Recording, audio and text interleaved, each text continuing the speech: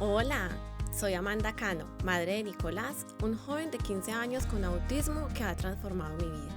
Mi hobby es conversar, me encanta escuchar y contar historias. Y yo soy María Elena San Pedro, psicóloga, especialista en niños. Trabajo hace 40 años con personas del espectro del autismo y sus familias. El objetivo de este podcast es mitigar el sentimiento de soledad y confusión que atravesamos tantas familias con un hijo con TEA, compartiendo nuestras experiencias y reflexiones. No pretendemos ofrecer apoyos profesionales o terapéuticos, pero esperamos que nuestras tertulias sirvan como motivación o soporte para muchos padres. Nos encanta que puedan escucharnos. Bienvenidos. Hola, bienvenidos de nuevo. Bueno, seguimos aquí tertuleando y ya el día de hoy vamos a conversar sobre qué es lo que es distinto en el cerebro de las personas con autismo. ¿Por qué es distinto? ¿Cómo perciben? ¿Cómo procesan la información? ¿Cómo entienden? ¿Cómo razonan? ¿Cómo sienten? Ese es el tema de hoy. El corto momento eterno sucede en unas clases de música a las que yo estaba llevando a Nicolás y él siempre entraba solito, yo esperaba afuera y como a los 5 meses de estarlo llevando, me avisan que va a haber una presentación y que iban a practicar, entonces que podíamos entrar a ver el ensayo. Cuando entro yo a ver el ensayo y veo que cada niño es un grupo neurodiverso con diferentes condiciones y veo que cada niño toma su puesto, coge ese instrumento y yo era como atenta a ver dónde iba a estar mi hijo y lo que hace Nicolás es que cuando empiezan a tocar la música empieza así como un borrachito para allá y para acá y con las manos como muy desubicado y revoloteando por todo lado. A mí eso me generó una angustia tremenda. Yo decía, ¿cómo así? ¿Qué es lo que está haciendo acá? Llevo 5 meses trayéndolo y ¿qué es lo que están haciendo?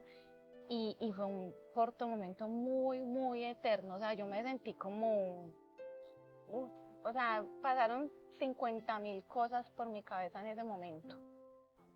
Como que ratificaste esa diferencia.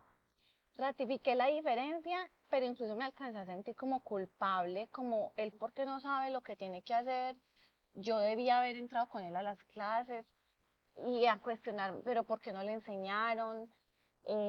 Son profesores, pues, incluso pues de música y además educadores especiales. Entonces yo decía, pero él ¿por qué está tan desubicado? O sea, ¿qué ha estado haciendo acá todos estos meses? Y me culpaba pues, de no haber entrado a las clases. Entonces, ese fue como el corto momento eterno que les quería contar hoy. Ujú. Eh, Nosotros ya sabemos que ellos son diferentes como en lo sociocomunicativo y en lo de ser repetitivos, o sea, ya en el episodio anterior lo hablábamos, pero realmente en su cerebro que es diferente, María Elena, porque precisamente en esa situación que les contaba, a pesar de que había una educadora especial a cargo, que creería yo pues que estudió sobre eso y sobre las diferentes condiciones que hay, cuando ya empezamos pues cuando yo la abordé para hablar de la situación y en fin, ella me decía, no, pero es que en realidad yo no sé mucho de autismo, yo no sé cómo es que funciona el cerebro, él se la pasa bailando y yo era como, no, pero es que él no está bailando, o sea, yo sé cuánto está bailando y lo que está haciendo no es bailando. Ujú. Entonces, realmente, ¿cómo funciona ese cerebro? Bueno, yo creo que primero expliquemos que finalmente dentro de su cerebro, ya hoy lo que se sabe es que hay unas interconexiones diferentes. El cerebro está constituido, ya lo sabemos, por neuronas, que son billones de neuronas que se interconectan entre sí de una manera u otra, a través de un trazado que llegamos, digámoslo así, está prediseñado. Desde ese código genético maravilloso está como predeterminado cómo se deben interconectar unas áreas con otras para que finalmente todo el cerebro funcione bien. Y en ellos, por distintas razones, que ya las hablamos alguna vez, algunas del embarazo, otras esas de tipo genético, esa interconexión no es igual. Entonces, para mí, yo tengo dos maneras de explicarlo como más en concreto. Una es asemejar lo que sería como el diseño de las autopistas de una ciudad, las calles y las autopistas, ¿cierto? Puede que el diseño esté bien, pero por algunas razones puede ser que en ciertas vías o en ciertas autopistas haya un tráfico lento, ¿cierto? Y a pesar de que la vía estaba bien pensada, a la hora de la verdad, el tráfico está haciendo, sí, tiene muchos atascos. Puede ser que también eso sea porque unas de esas vías se dañaron, o puede ser porque simplemente es un tráfico más lento, ¿cierto? No que no se pueda transitar, sino que es más lento ese tránsito. Y ya, o sea, yo esa analogía nunca la había escuchado y me parece súper clara. ¿Puedo explicarlo así siempre? Si quieres, claro que sí. Entonces, una es eso, o sea, esas interconexiones en el cerebro de ellos ya se sabe que en ciertas zonas y en ciertas zonas distantes y zonas que son relevantes para lo social y lo comunicativo, ¿sí? En esas zonas ese tráfico es más lento. Pero otra cosa que se ha encontrado que es muy particular en ellos, en sus cerebros, es que en cambio hay otras áreas en las que hay mucha actividad. Entonces es como si tuviéramos unas de las calles muy atascadas, ¿sí? Con mucho tráfico, y en cambio otras en las que hay una velocidad inclusive impresionante. Entonces, no es que todo el cerebro igualmente esté funcionando mal, por decirlo así, o es que haya una baja conectividad en todo el cerebro, no, es en ciertas zonas, pero en cambio hay otras muy privilegiadas, en una actividad muy elevada. Yo también lo asemejo, por decirlo así, a la red eléctrica de una casa. Suponte que estaba el diseño de cómo debería ser, cómo deberían estar distribuidas todas esas redes de la luz, y no sé, al albañil o a la persona que construyó esas redes dañó el plano o las construyó distinto, entonces quedaron unas zonas de la casa muy oscuras y otras zonas de la casa demasiado iluminadas. Y así podría verse en un cerebro autista como en imágenes o cosas así, o no hasta allá pues. Lo que pasa es que en este momento todavía no son pruebas de rutina. Las pruebas de rutina, que es una resonancia magnética, que es una imagen del cerebro, ¿cierto? Mm, Todavía no lo muestra. De hecho, en las resonancias, la mayoría de las personas con autismo van a dar normales, ¿cierto? O en un TAC, pues mucho más, que es todavía más simple. Ya, digamos, hay unos inicios de unas nuevas formas de mirar la actividad del cerebro. Hoy se habla también del conectoma, que es precisamente eso, el ver cómo es, el saber cómo están interconectadas ciertas zonas, que a través de una atención con ciertos elementos se pueden ir viendo cuáles son esos tramos del cerebro. Hoy en día, eso es a nivel investigativo, estamos lejos, creo yo, todavía un poco lejos de utilizarlo como una prueba de rutina, ¿sí? Pero hoy ya sí se sabe y también, bueno, hay otros hallazgos diferentes en su cerebro, pero yo creo que lo importante es eso, es entender que sí es un cerebro que funciona distinto y por lo tanto eso da lugar a ciertos asuntos de cómo funciona. O sea, eso no lo podemos negar, funciona distinto. ¿Y dónde están marcadas esas diferencias? Mira, yo creo que hay muchas, pero yo creo que es importante hablar de, al menos, no sé si alcancemos si 3 o 4 de ellas. Una es que el cerebro de ellos es muy centrado en detalles. Nosotros tendemos a percibir siempre el conjunto de elementos que dan lugar a una situación o a una circunstancia. Ellos es como si tuvieran unos binóculos o un zoom de una cámara bien potente, entonces ellos ciertas situaciones las van a percibir más en detalles, como si percibieran la suma de detalles más que el todo. Eso de alguna manera tú lo has notado en Nicolás. Mm, yo me acuerdo que en el jardín, cuando tenía como 5 añitos, mm, pasaba que de pronto la profesora estaba dando una instrucción grupal y él estaba viendo solo parte del tema y no sé, sí, por ejemplo les decía, ella incluso hay veces se acercaba y le daba como que lo veía perdidito y le daba la instrucción, entonces por ejemplo la ficha tiene un árbol y le dice vas a pintar las ramas verdes y el tronco café y él solamente pintó el tronco café, no pintó las ramas verdes. O sea, se Y es porque él sobreenfocó. estaba era viendo el tronco, él no estaba viendo las ramas. No sé si eso sea pues como a lo que te referís. Eso puede ser un ejemplo. Esta atención centrada en detalles también se llama atención sobreselectiva, o hay gente que la llama más coloquialmente como atención en túnel, por eso, porque están como, a veces se enfocan nomás en un pedacito. Y también nos ha ocurrido que, por ejemplo, cuando hacemos planes que ya habíamos hecho, no sé, fuimos a una finca hace un año y vamos a volver a esa finca. Entonces, Nicolás, vamos para la finca de fulano. Y de pronto le empieza a mencionar la camisa, fulanito con la camisa de cuadros, peranita con la camisa rosada, entrar a la piscina. Y empieza a mencionar una cantidad de detalles así súper minuciosos que nosotros nunca tuvimos en cuenta. O sea, yo nunca me fijé quién iba de rosado, quién iba de cuadritos, no me acuerdo si entramos a la piscina o no. Y él empieza como a describir cada detalle de la situación que ocurrió, aunque hubiera sido hace mucho tiempo. Claro, exacto, y ellos de hecho pues pueden tener mucha habilidad para recordar cosas o pillarse sus elementos que los demás no. Entonces es a la vez como esa atención centrada en detalles y eso que llamamos pues atención sobre selectiva. También, por ejemplo, muchos papás lo ven así, lo llaman y el niño no responde, porque está tan enfocado en algo que está mirando en las fichitas que está encajando o en el rompecabezas que está haciendo o en cualquier cosa que esté allí, que solamente está enfocado en eso. Y a la vez estar haciendo como ese viraje de la atención de paso de aquí a, ¿qué hubo, mami? No, o sea, están aquí y están aquí. ¿Y eso es bueno o malo? En general, me hablas de la De esa atención en atención. detalles.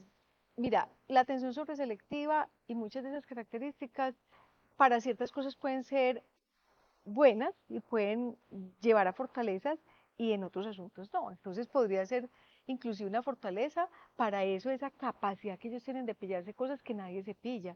Y algunos, inclusive como adultos, a nivel laboral, eso les puede traer una ventaja, ¿sí? O hay muchos que, por ejemplo, inclusive son fotógrafos o que se pillan lujo de detalles que para ciertas cosas puede ser buena. Puede ir en detrimento, y esa sería de pronto la otra faceta, no tan bueno, o dar lugar a lo que llamamos una débil coherencia central. ¿Qué es eso? A que precisamente como no se pillan todo lo general o el contexto, a veces por eso, entonces, de ahí a veces la mala lectura, por ejemplo, de ciertos contextos o de cierta información. Si les hablamos en exceso, a ellos les cuesta hacer la síntesis. Entonces, todo tiene sus más y sus menos. Y además de esa atención a los detalles, ¿qué otra sería como la característica principal que podríamos tener en cuenta? Bueno, mira, yo creo que eh, ellos definitivamente tienen un pensamiento visual y eso es algo bien importante porque ya luego miraremos cómo, o espero que algún día podamos hablar de eso, cómo esas características nos dan lugar precisamente a los apoyos que ellos requieren. Entonces, el pensamiento visual es algo innegable, ¿cierto? Es algo que las mismas personas con autismo nos la han hecho ver. Eso no es invento nuestro, los profesionales, ¿cierto?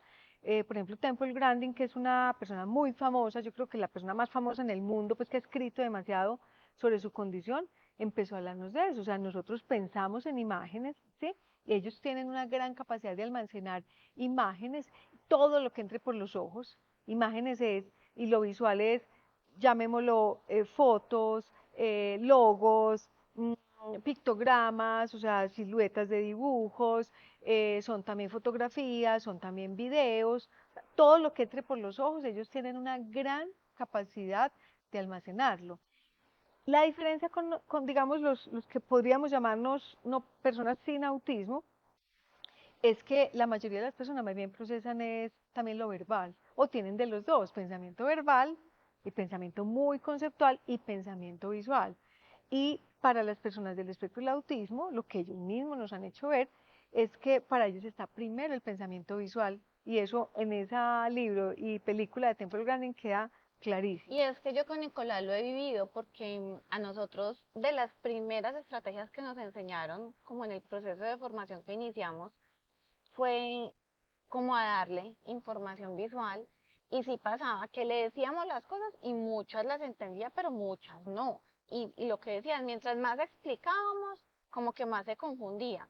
En cambio, si cogíamos y hacíamos un dibujito concreto, por ejemplo, de un plan, vamos a hacer primero esto, después esto, con un dibujito, cualquier mamarrachito, pues porque en realidad yo no sé dibujar y Leonardo tampoco. Y él como que asociaba esa imagen, incluso después ya la iba como incorporando, o sea, como que ya entendía y ya no necesitaba con el tiempo la imagen. O también lo hacíamos, por ejemplo, para vestirse, para que aprendiera a vestirse solo, le poníamos como primero la camisa, después el pantalón, bueno, como la secuencia Ajá. en imágenes y después ya no necesitaba la imagen. A mí me ha dado la sensación que puede ser como algo que me ocurre a mí también, o sea, como que ese pensamiento visual lo podemos tener varias personas. Y a mí me pasa que, por ejemplo, apunto un teléfono, un número telefónico en un papelito. Y después alguien me pregunta por ese número telefónico. Cuando yo voy a acordarme para decirlo, es como si en mi mente tuviera la foto del papelito donde lo apunté y como que mentalmente lo leo. Claro, total. Es que eso no significa que sea una característica que nadie más tenga o que nunca la presentemos, sino que en realidad, como digo, para ellos es, digamos, la forma más relevante de procesar, ¿sí? Y en la que, de la manera en que más fácil van a entender, como te pasa a ti en la clase de inglés que nos mencionabas en el episodio anterior, ¿cierto?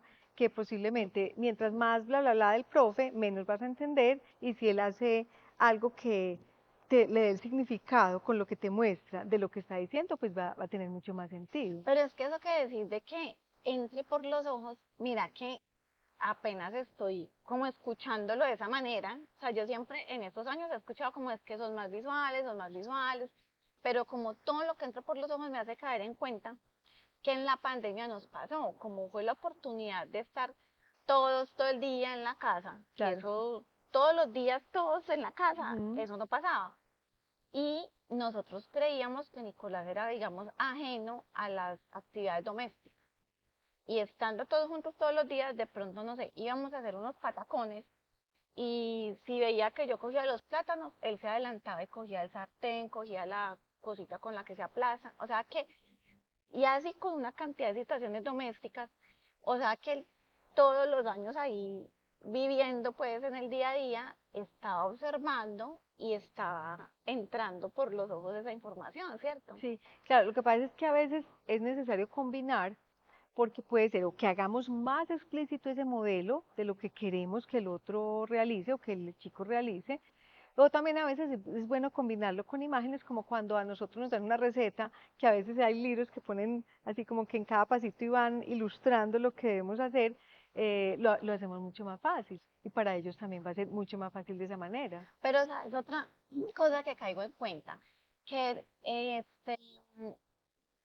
yo, por ejemplo, hasta ahora me he enfocado mucho como en lo que cuando se trata de lo visual es el dibujito o la explicación gráfica o como ese apoyo, pero con lo que me estás diciendo también caigo en cuenta que Nicolás, como a pesar de esa inflexibilidad que lo caracteriza, que te puede como enojar, por ejemplo, en una transición o un cambio, él está muy atento a observar las actitudes nuestras. Entonces, si por ejemplo yo me estreso y me acelero, él como que va a estar más ansioso, más enojado. En cambio, si yo estoy tranquila, él como que también va copiando esos modelos. Incluso mucha gente me dice, ay, pero tan juicioso. Y ahora, con lo que me estás explicando, lo que veo es que también como lo que ha observado es un modelo de calma, entonces como que también guarda la calma. O sea, incluso en lo emocional, lo visual puede ser ahí, o sea, como me ve, a la larga también va copiándolo. Total, y sobre todo si es un patrón que se repite. Si es una sola vez, no, pero si es más como una constante, entonces es una imagen que él la tiene, ¿cierto? De regulación emocional.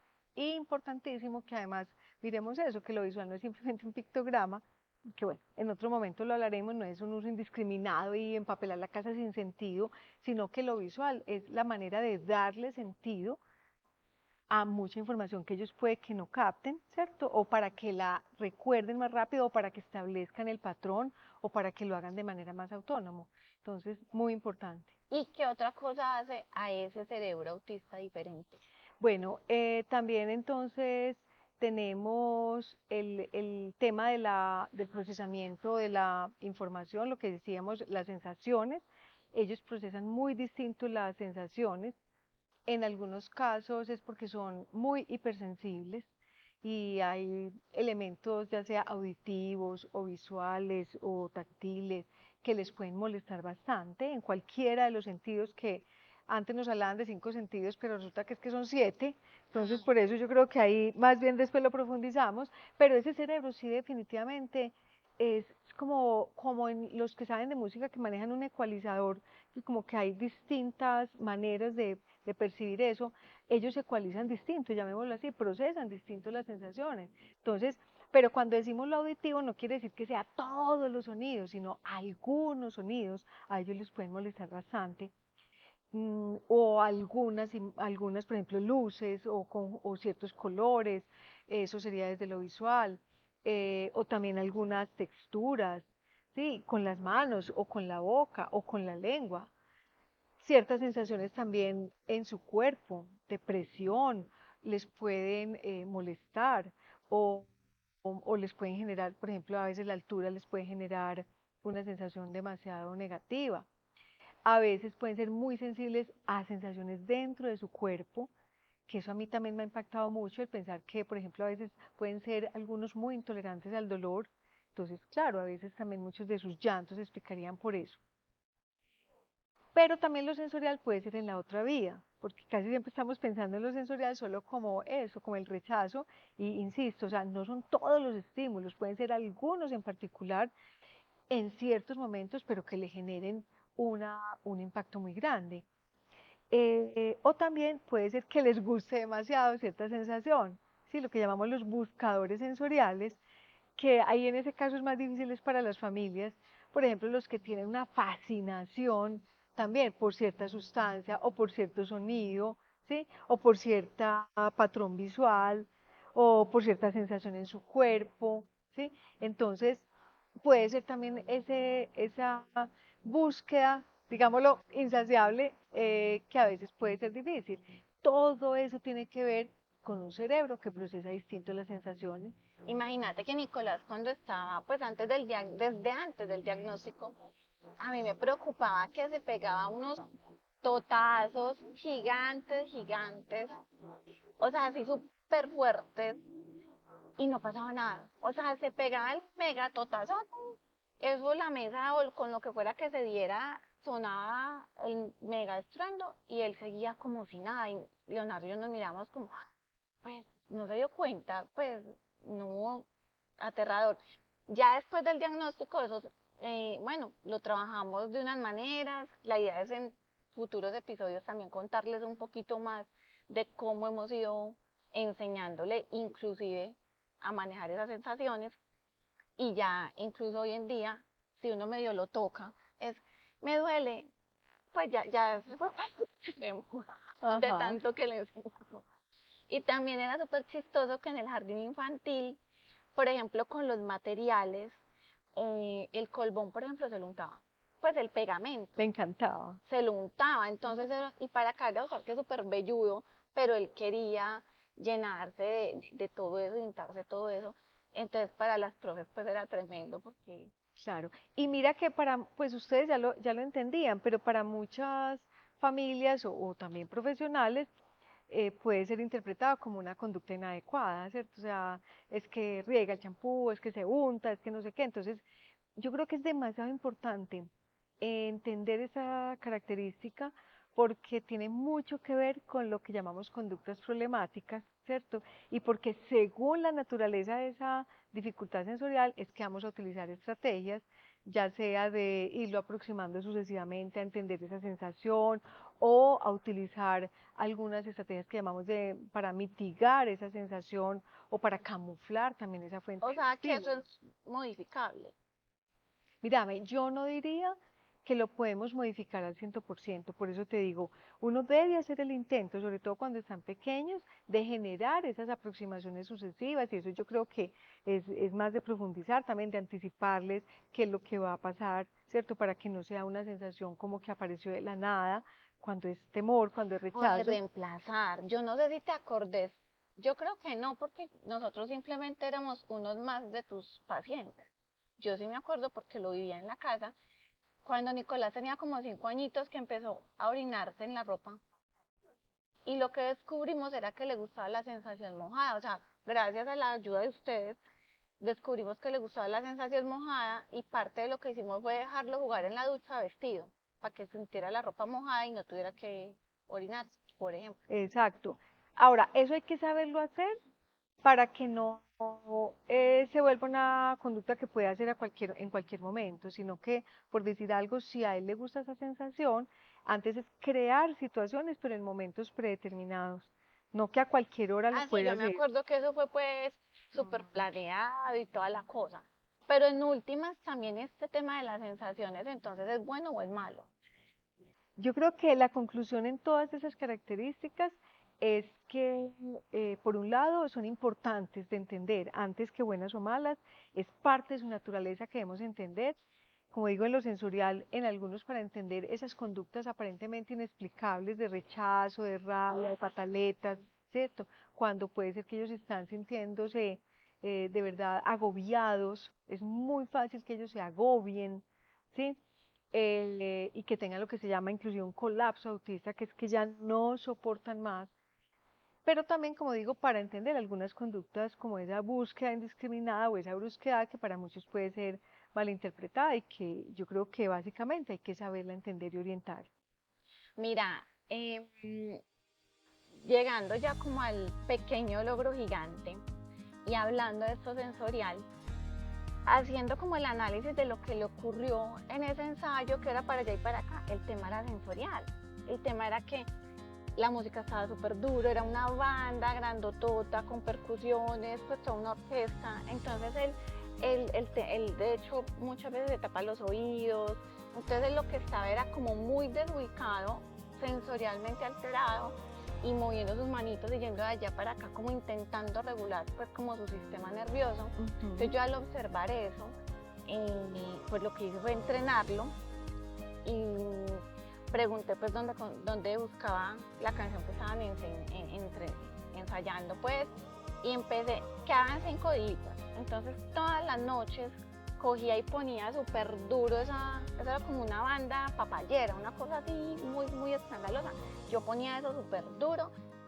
Iban en la presentación a tener sombrero y a él no le gusta por temas sensoriales sentir.